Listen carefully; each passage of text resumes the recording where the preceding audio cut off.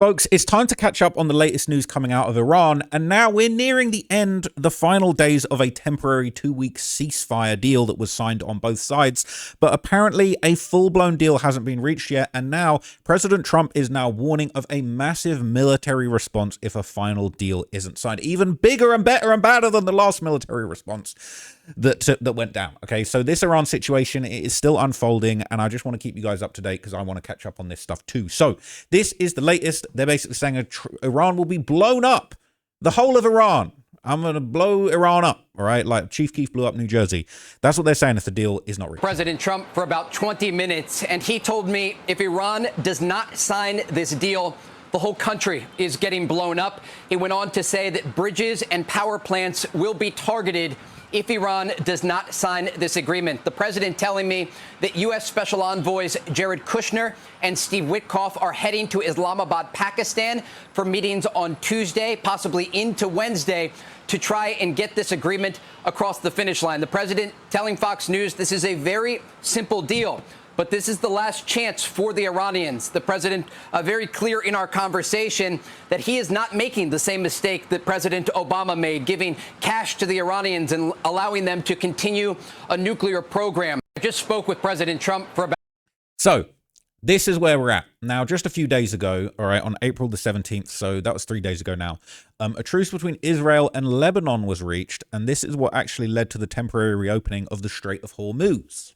So could there be a signing ceremony here in Islamabad, night falling here in Tehran, talks continuing, the Pakistani mediators trying to get the Iranians to soften their position, but a significant movement. The Iranian foreign minister saying that is opening the Strait of Hormuz to all commercial traffic. That is, he says, because there is a ceasefire in Lebanon that had been an integral part of their deal. So does this now pave the way for a speedy conclusion of these talks in Tehran with Pakistan's Field Marshal, the Army Chief Field Marshal Asim Munir, and the Interior Minister into their third day now? Does it mean that those talks can accelerate? Iran has said some of the things it wants additionally are sanctions lifted, frozen assets relieved. They want to see war reparations. We're talking about billions and billions of dollars. But of course, the core issue for the United States has been Iran's nuclear enrichment commitments.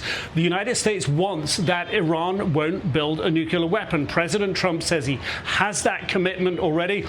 Hairline looking brazy there, I'm not going to lie. Indeed, President Trump following up on what the Iranian foreign minister has tweeted opening the Strait of Hormuz.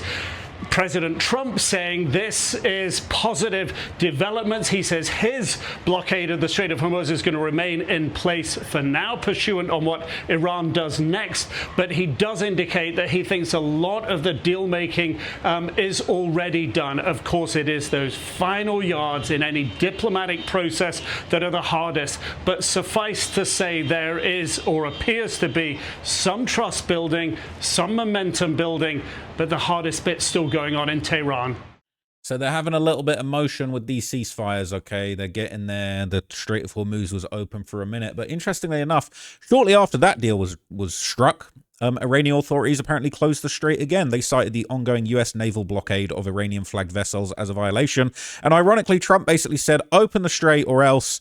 And then when they didn't do it, he said, all right, I'm closing it too. We're blockading it. So you guys can't even go through it. I can't lie, as much as, you know, there's a lot of dislike for Trump, and it is kind of quite a ridiculous way for events to go down, I kind of respect the hustle of him just saying like, yo, you ain't going to open it? All right, we closing it too, and you fools ain't going through it, and that's going to be a big problem. The Iranians didn't think of that one. Oh, shit. Wait, they can close the Strait of Hormuz? It's actually quite a smart move, honestly, if I'm actually honest with you. Yeah, hi again, Samantha. I think what we've got to go on at the moment is this report that's coming from Iranian state media saying that the Strait of Hormuz will be closed once again, if not completely closed, returning to what they're describing as strict management. So this is what we saw before this arrangement was reached yesterday, whereby the majority of vessels were not able to pass unless maybe they were paying some sort of toll or they were getting the explicit permission of the Iranians to do so. Why is Iran saying this now? As you say, there was confusion this morning. They were suggesting that the Strait was open. What the Iranians are saying is that the Americans have failed to fulfill their obligations. They haven't been more explicit about this. But certainly, if we look at what happened yesterday, there was this great fanfare as the Strait was announced as being reopening. President Trump saying it would be a complete reopening. But at the same time, the Americans said that they would keep up this blockade of ships, any sort of vessel heading to an Iranian port. So what it seems now is the Iranians say that the Americans have not kept their side of the deal. And so as a consequence, the Strait, to all intents and purposes, will be closed once again. So it's closed and blockaded. It's double closed, all right? It's closed. It's double closed. That's apparently a thing now. So this YouTube channel, AI Telly, did an interesting breakdown on how the US is actually enforcing this alleged blockade in the Gulf.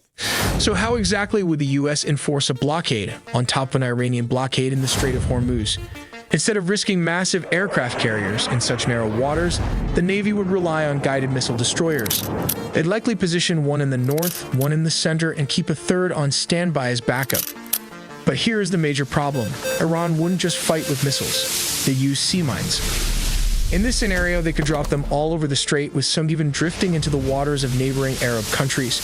So how do you remove these sea mines? The answer is the literal combat ship. These vessels can launch unmanned surface vehicles to sweep the area. And when surface drones can't reach the deep minefields, the Navy launched the knife fish. This robotic submarine dives straight into the danger zone to hunt and identify buried mines, detonating them safely using magnetic and acoustic signals. But the danger isn't over. Iran still commands a small swarms of fast Mosquito boats capable of threatening massive US warships. To counter this swarm, the US can launch fast-attack Apache helicopters to chase down and neutralize the boats with its 30mm chain gun. So they're saying, look, we got the chain guns, all right? Ain't nothing moving through here without us having a say. And if we don't like it, you're going to get hit with that chain gun. You're going to get hit with that underwater, the littoral missile. Okay, you're going to get hit by the USS Littoral. Literally F around and find out. So there will be analysis from Sky News basically explaining how Iran is still keeping the strait within its control, even though Trump is trying to pull the Uno reverse card and do a little blockade of his own.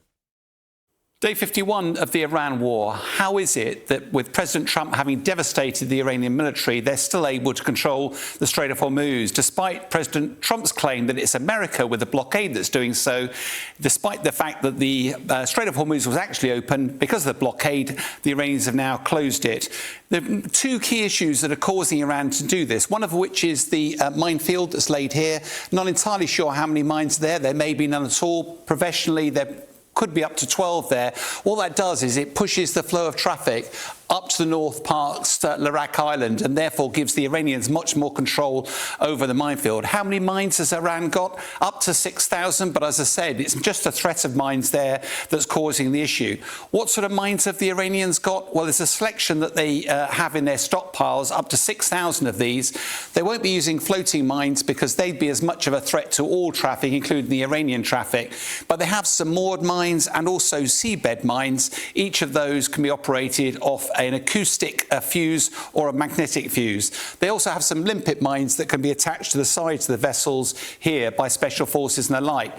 Now, these mines will be relatively easily cleared by minesweepers. The Americans have some very potent capability there, but as soon as those minesweepers get anywhere close to the minefield, they're obviously in range of the Iranians. And that really triggers the second line of defense for the Iranians. They have been preparing for this for many decades. They have a selection of drones, missiles, anti-ship missiles particularly, and by forcing the traffic up further to the Iranian coastline, it makes it easier for them to use these weapons. Now, for the last 24 hours, the Iranians have actually been imposing their will on the straits. They've threatened 3 ships. There's 2 LPG carriers, liquid propane gas, that tried to make their way through and have been turned back. And the actual attacks by the Iranians on 3 vessels probably weren't trying to sink them, probably just trying to threaten them. them. Now, although the United States claims to have sunk 150 of Iran's warships, what Iran is actually reverting to using is their Mosquito fleet. This is their fleet of very small speedboats. You see a couple of them here. We'll see more of them a little bit. But these are armed with machine guns, rocket-propelled grenades, can even control other drones, and there are some smaller versions of them that can be packed full. And as you can see here, they can operate in a swarm. They're quite difficult to target. They're quite evasive. Individually, they're not much of a threat, particularly to American shipping, but collectively, they can combat American technology and quality with quantity. So the US, you know, they're stepping, they got some heavy artillery, but the Iranians got it too, and they can basically keep the strait just as closed as the Americans can. So following the closure of the strait yesterday, Iranian gunboats actually opened fire on several commercial ships that were attempting to pass through the area. So they put their money where their mouth is for this one. Tonight, dramatic scenes in the Strait of Hormuz, ships coming under fire as they try to transit the critical waterway. This audio shared with ABC News, capturing a radio message sent by an Indian-flagged oil tanker. The frantic crew pleading with Iran's Navy as the ship comes under attack. Sepa Navy, this is Motoring Afghan Marhedar. You gave me clearance to go. My name second on your list. You gave me clearance to go. You are fighting now. Let me turn back. Fear and confusion growing over the Strait of Hormuz after Iran declared today it's reasserting strict control less than 24 hours after President Trump said the waterway was completely open. They got a little cute, as they have been doing for 47 years, but we're talking to them. They wanted to close up the strait again, you know, as they've been doing for years. And they can't blackmail us. India summoning the Iranian ambassador today after 2 Indian flagged ships came under fire in the strait. A shipping monitor run by the British Navy says it received reports that 2 Iranian gunboats fired on one tanker while another ship was hit by an unknown projectile. Iran says the strait will remain closed until the U.S. ends its naval blockade of Iranian ships.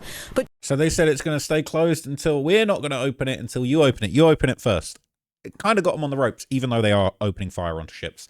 But interestingly enough, they would clap back. And it's 4:20. We're about to smoke some real Iranian packs because the US Navy did also clap back. They got back and they fired upon and seized a whole Iranian flagged cargo ship that attempted to breach the blockade over the weekend. So this is a real blockade. It's not bullshit. They're not just saying it. He's not just saying, oh, I'm going to blockade. They're actually blockading shit and they're taking it. Stole that shit, all right? I wonder what was on that ship. I wonder if it was any goods and services that us Brits and Americans might want to use, man. Hopefully there was some good shit on that ship that we don't see. Motor Vessel Tosca, vacate your engine room. Vacate your engine room. We're prepared to subject you to disabling fire. Yeah, not a good idea, folks.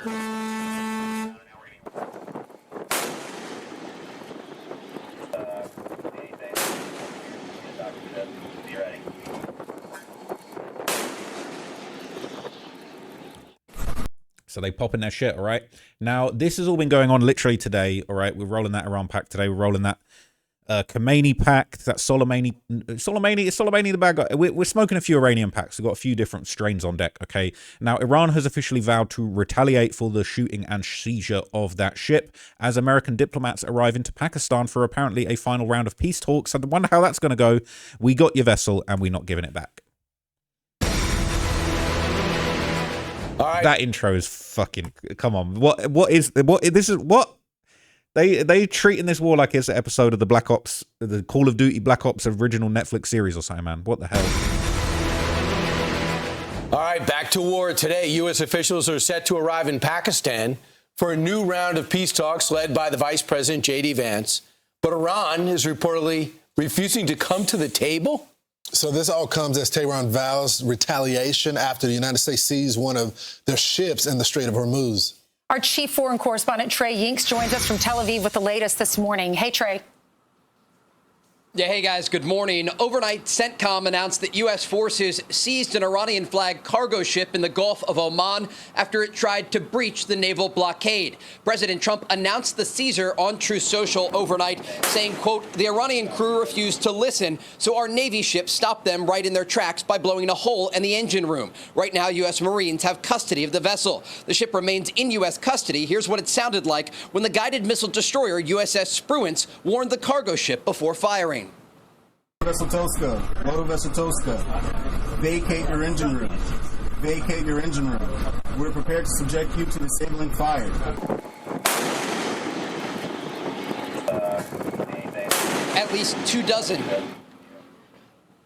At least two dozen other vessels were turned around over the weekend, complying with U.S. orders. The incident came 24 hours after Iran's IRGC fired on two vessels trying to pass through the Strait of Hormuz in violation of the ceasefire. Now the question remains if a broader agreement will be reached this week. The ceasefire is set to expire in less than 48 hours. I spoke with President Trump over the weekend, who told me if the deal isn't done, the deal that we made, then I'm going to take out their bridges and their power plants. He went on to say if they don't sign this thing, the whole country is going to get blown up. Now, Iran's foreign ministry spokesperson today held a press conference saying the Iranians have not yet agreed to talks on Tuesday and that they are currently reviewing U.S. proposals. Guys? So there's a chance, Trey, that we have a vice president going 18 hours to Pakistan to meet with an empty room. Yes. At this point, the Iranians say they've not yet agreed to attend these talks on Tuesday. And overnight, state media was saying the talks weren't even going to take place. The Iranians have played these games before and then ultimately showed up at the negotiating table. But this is largely considered the last chance for the Iranians. When I spoke with the president over the weekend, he was very clear. They are going to sign on the dotted line, or he's going to target their bridges and power plants. And it's a decision that Iranian officials have to make. And I'm told by regional sources today there is a divide among Iranian leadership about what to do and whether or not to call the president's bluff. But the president isn't bluffing. This is a very similar situation that we saw before Operation Epic Fury began. The United States is giving the Iranians an off-ramp here, a chance at diplomacy. And if they don't take it, the war is expected to resume. So look, Trump said that he will literally destroy Iran. He will blow Iran up. He'll blow it to smithereens if they don't make the concessions that he wants. Now, look, I don't think he's playing around, but also there's been a lot of things said that would happen in this situation that didn't end up happening. I hope it's not nuclear war. I hope it doesn't get more serious, but the Iranians, they're on the ropes. As much as they want to act like they got this, oh, they're doing a blockade, you guys get cooked, killed all your leaders, killed all your mans, killed all your OGs, all of them in a pack. And basically, they ain't really got any moves to make. So I'll be curious to see how this went. We ain't seeing too many explosions in Dubai no more either. They're probably running out of rockets at this point, okay? So Iran's on the ropes. I'll keep you guys posted if I hear anything else, but that's the latest from the Strait of Hormuz. I wanted to give you guys an update on this because I haven't spoken about it in a while. Even though I don't think you guys are super interested in it, I'm interested in it, and this channel is a conduit for my interests. So you will be seeing more of those soon. Anyway, that's it for now. I will be back and do a quick Ben 10 update, and then I'm going to log off for a little bit and chill out. Probably go get a burger or something. But I will catch you guys in the next video. Thank you for watching this one. And for now, I'm out, gang. Peace.